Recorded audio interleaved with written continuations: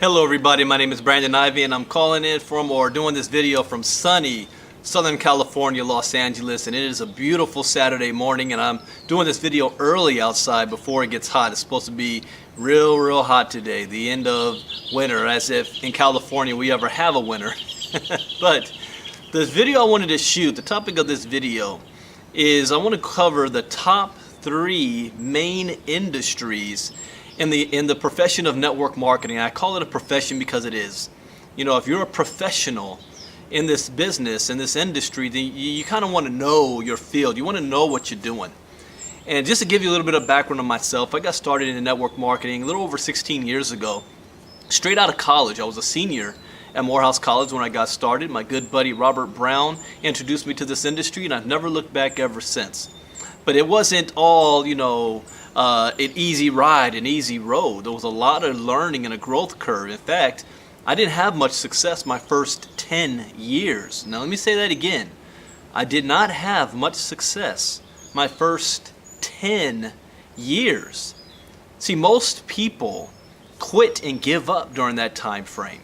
You know, but I saw the power of network marketing. I saw the lifestyles that had been changed by people being in this industry, and I knew that if I just kept my head down and kept working hard and learning my craft and becoming a professional, you know, I would turn that curve, and that's exactly what happened. Because the last 6 years, I've had wild success in network marketing. I became a 6-figure-a-year earner in this industry. I was able to walk off my job and be able to work from home full time.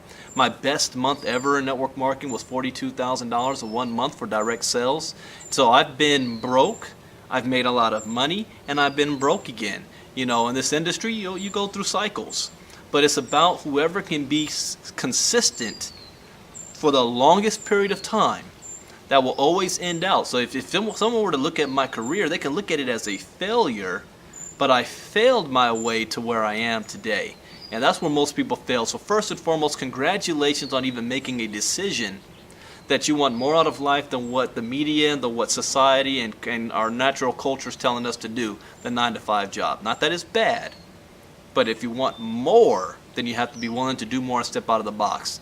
So that leads to the next most important thing. When people decide they want more out of life and they want to look for an alternative way of earning an income, they look at the network marketing industry and they have to choose what company they want to be a part of. And a lot of times people make that choice wrong because it shouldn't be what company. The first thing you look at is what industry.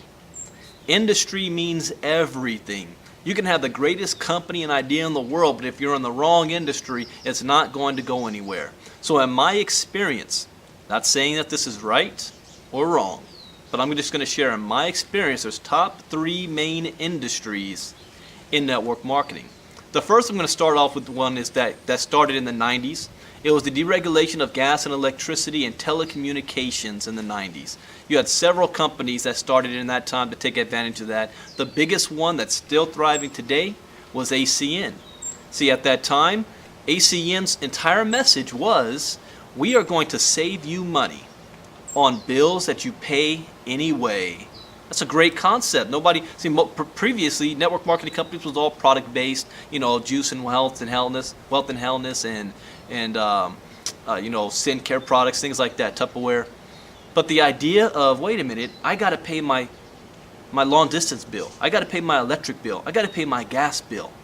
The fact that I can save money on doing these things that I have to do anyway, I have residual bills, why not be able to make money off of that? Great idea, great concept. It was revolutionary. It was ahead of its time. And when I talk about these 3 industries, I'm going to talk about the pros and the cons of each of them, because there is no one that is perfect. There's only a perfect fit for you. So that industry had a very great idea, very promising. All 50 states were supposed to be deregulated for gas and electricity. Here's the problem with that industry. The problem with that industry, and any businesses associated in that industry, is that you're basing your entire compensation plan on the product that's being sold, which is saving people money on their bills. There's an inherent flaw in that design. Whenever you have competition, what happens to everybody's the cost? It keeps going down. So at one time when long distance was very expensive, over time it keeps coming down. And if the cost of the product continues to drop, then the compensation, the amount of money that can be made on that product, will also continue to decrease over time. So if you're in a company in that industry, unless you develop another source of product revenue, another product to market, eventually you're not going to have a basic commission line structure that's going to be sustainable, because it's continuing to drop. So companies that just did, for example, telecommunications with wireless, most of them are out of business today. You know, some of the big ones you may still see, or you saw that happen, like Solvay or Lightyear Wireless, 5Links, ACN, especially 5Links and ACN, have diversified themselves. Both of those companies that are still around today are now moving into the health and wellness field. They're adding different products to sustain the inherent flaw of that business design. When you look at gas and electricity, not every single state has been deregulated. So companies can only do business in certain states, in certain areas, maybe even certain countries. And then you have the fact that both in telecommunications and electricity and gas, another inherent flaw is that you can become a victim of your own success. A lot of wireless companies found this out. North American Power found this out. Use NAP as an example. Success. They put in 400,000 customers in a very small, limited marketplace. But once they had those customers, the corporate, the entity above the network marketing arm said, hey, we've got the customers now. We don't need the MLM side. We don't need the networkers. Why are we paying them? We got the customers. So they cut out the network marketing end. They already have their customer base. That was rampant during the wire wars, and we started to see it now in electricity. So that, to me, is a promising industry. You'll always have a customer base. It's just a little bit too volatile. You've got Ambit and Veridian that are still out there doing it, but you never know. Everybody that was in North American Power thought that they had the best deal as well, and then the rug can be pulled from under you. Not saying that's going to happen with every company, but for if you're looking for something that's long-term and stable, you're taking a little bit of a risk there. Is there money to be made? Absolutely. Absolutely. It's just a little bit volatile and a little bit risky as well, as is most businesses. The second industry that I want to talk about has been here for the longest and will always be here, and it is the health and wellness industry of network marketing. See, back when Amway first got started, you got Herbalife, you've got even Mary Kay, all these businesses that new skin that have come around have made billions of dollars. And you want to know why? See, there's a gentleman named Tim Sales. And Tim Sales made a video back in the 90s called Brilliant Compensation. And in Brilliant Compensation, he talked about the baby boom bubble. See, the greatest generation after World War II all had a baby boom explosion. My parents' generation are the baby boomers. And the baby boomers, whatever industry that they were or age group they're in, that industry exploded. So when they were born, it was all about, children's toys. It was all about, beds and things like that.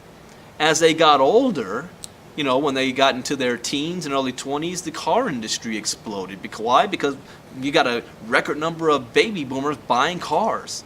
And then the housing market exploded because you've got record number of baby boomers when they got older buying houses. But as they get older, they go into a new era where they want to spend their marketing dollars. The baby boomers now are approaching retirement age. So what's the one thing that baby boomers want more out of life? They want more life. They want to live longer. They've worked hard all their lives, and now they want to be able to enjoy the rest of their lives and their golden years with the money that they've made. So they're spending most of their money now not on houses and cars. They're spending their money on things that's going to keep them healthy, things that's going to keep them looking good, things that's going to keep them looking young. So any industry that is appealing to that baby boomer bubble is going to thrive. And that's the health and wellness, skincare, weight loss industry. It's always going to thrive, and there's too many companies to announce that you can point examples to. It doesn't even matter about competition. The industry is so large. So that's the pros on that. You're offering product and services that people want because they feel that it's going to help them out. Here's the con of that. Anytime you're dealing with a product-based company, you have to deal with warehousing, manufacturing. You have to deal with getting regulated in different countries as you expand. You have to deal with having the office staff and everything, the entire corporation to build that, which costs a lot of money. So to be profitable, to be able to run that industry as well as be able to pay out good commissions, you've got to hike up the price of the products that you're selling. 60, 70, sometimes 80% markup from what they're really worth to make it valuable. A lot of these companies to stay afloat, they got to pay maybe 30 to 40, at best maybe 50% out to the field. They got to keep the rest for their own profit and to maintain the company. And so you're also dealing with reps becoming salesmen. And salesmen that are selling a product that not everybody needs, they can use and that they can afford. They don't really need it. It helps them. So when somebody takes the product and they feel the effects of it, you've got a long-term customer. But the moment something happens in their life financially, what do you think they're going to do? Choose to pay their bills or choose to buy your product? And that's not even the biggest problem in the industry. The biggest problem in the industry is technology, the internet. Every single one of these companies is either starting to feel it or they will feel this one unavoidable, inescapable problem that they do not have a solution for. And that problem is called e-commerce. That problem is called online shopping. That problem is now an individual who loves your product does not need to come to you to get that product anymore. They can go online and get the same exact product for probably 50 to 70% off. So it's not that your product doesn't work. It's your product works, they just don't have to pay the full price to get it. Even when you mark it down, you find it online for less. Amway's having a big problem. They're trying to force eBay and Amazon not to sell their products. But you don't understand. It's not eBay and Amazon selling the products. It's reps selling the product. It's reps who are doing what we call garage qualifying. Because most reps never get more than 3 to 5 personal customers. And most of those personal customers are themselves to remain qualified. That is just a fact. That's just the way it is. You have some superstars out there that may have 20, 40, 50 product-based customers, but they're not in those companies to sell all the product. They're in the company because they like the product for themselves and to make as much money as they possibly can by building a team in an organization. Product sales come secondary. So they buy a lot of product to stay and remain qualified. That's why you have people that end up with products stacked up in the garage, the van, or the trunk of their car. I go into my kitchen, I still have products from years ago. Expired now. My wife says, why do you still have those products? You're not even using them. I said, do you know how much money I spent on them? I'm not going to just throw them away. It's nostalgia. So the main problem is, how are you going to sign up customers to buy a product from you when they can get it online at a cheaper rate? The biggest thing that these companies have going for them right now is that most people haven't figured it out yet. They haven't figured out yet that they can get your product for less. But when they do, it may even be your own family members. They love you, but hey, they're not going to spend 70% more just because they love you. That is the biggest threat. All product, and I say all product-based companies, whether you're in health and wellness, skincare, or weight loss, that's the biggest problem you're having. And it's going to be your own reps who can't sell their product, putting it online to try to recoup some of their losses, and everybody else in the public buying it at 50% off. Can't hide from it. You can't debate it. It's already happening. I look at Nu Skin's top product. I think regular price like $120, $130. You can get it online for $50. You look at Jenuesse. Jenuesse is having a record-breaking year right now, record-breaking profits. Their number one selling product is like over 100-something bucks. You can find it online for $40. And not from a Jenuesse representative.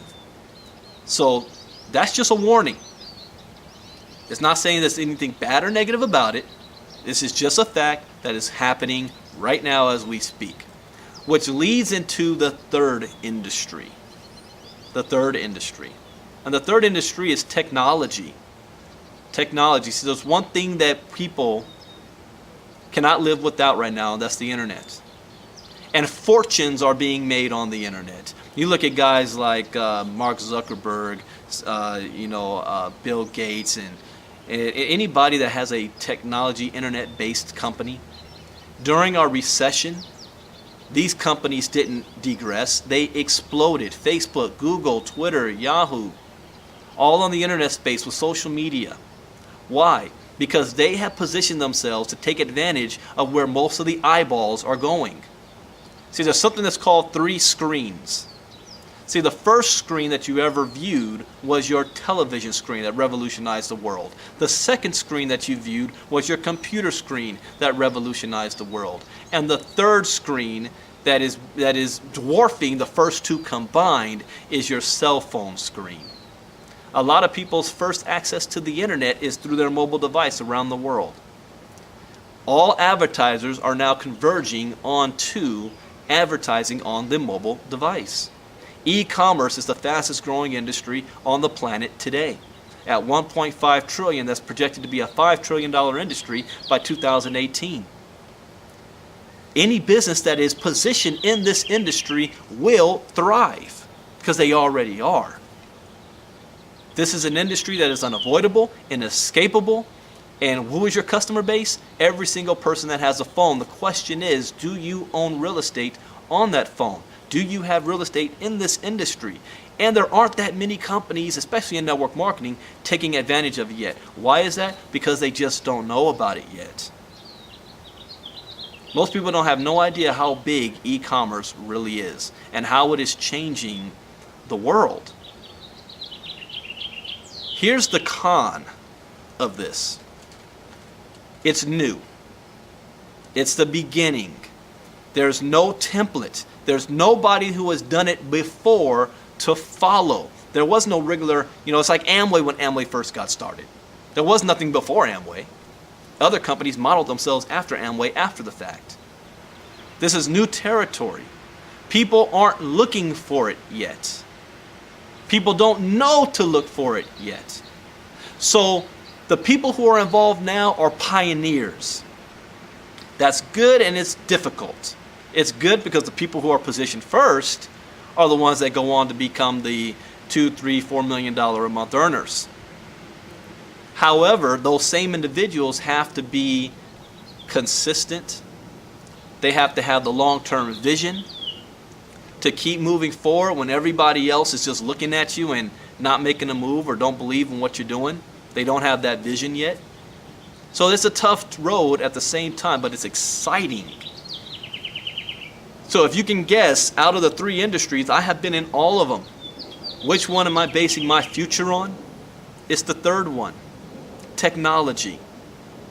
There's nothing that I can do to stop it, whether I like it or not.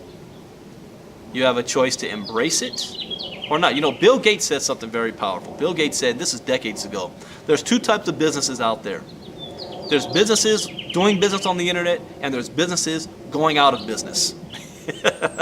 That's it. That's it. So the reasons why I have chosen the technology industry first and foremost is because it is a growing industry, growing at $200 billion a year. So I know no matter what company I am based in this industry, the industry is thriving. So any company will do well if they do the things they're supposed to do. But in this industry of e-commerce, I've chosen a company that's based on online shopping, based on people pulling out their cell phones and being able to shop and buy things online from the comfort of their own home and save money. Someone said, Brandon, you should get into the coffee business. I said, I don't drink coffee. It says, you don't need to. 70% of the planet drinks coffee. That's correct. But 97% of the planet is going to be hooked up online, shopping online, doing internet searches online. Their entire world is going to be revolved around their mobile device. In fact, the mobile device is going to be the mouse to the world. So that's the biggest industry. So I want to make sure I'm in that industry, and I want to make sure I'm in a company that sees the long vision of this industry. And I know I am one of only a few right now in the entire world as far as network marketing is concerned, that see the vision of being in a business in this industry, in this technology. The rest will see it after the fact. The rest will see it when they see what's so-called results.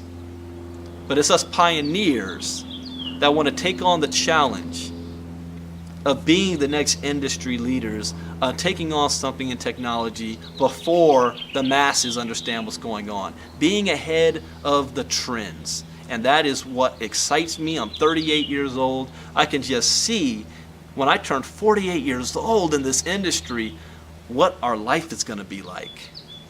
It excites me. But at the same time, it's also difficult because most people don't have long-term vision. They need to see right now. And I don't care what industry you're in, there is no such thing as right now.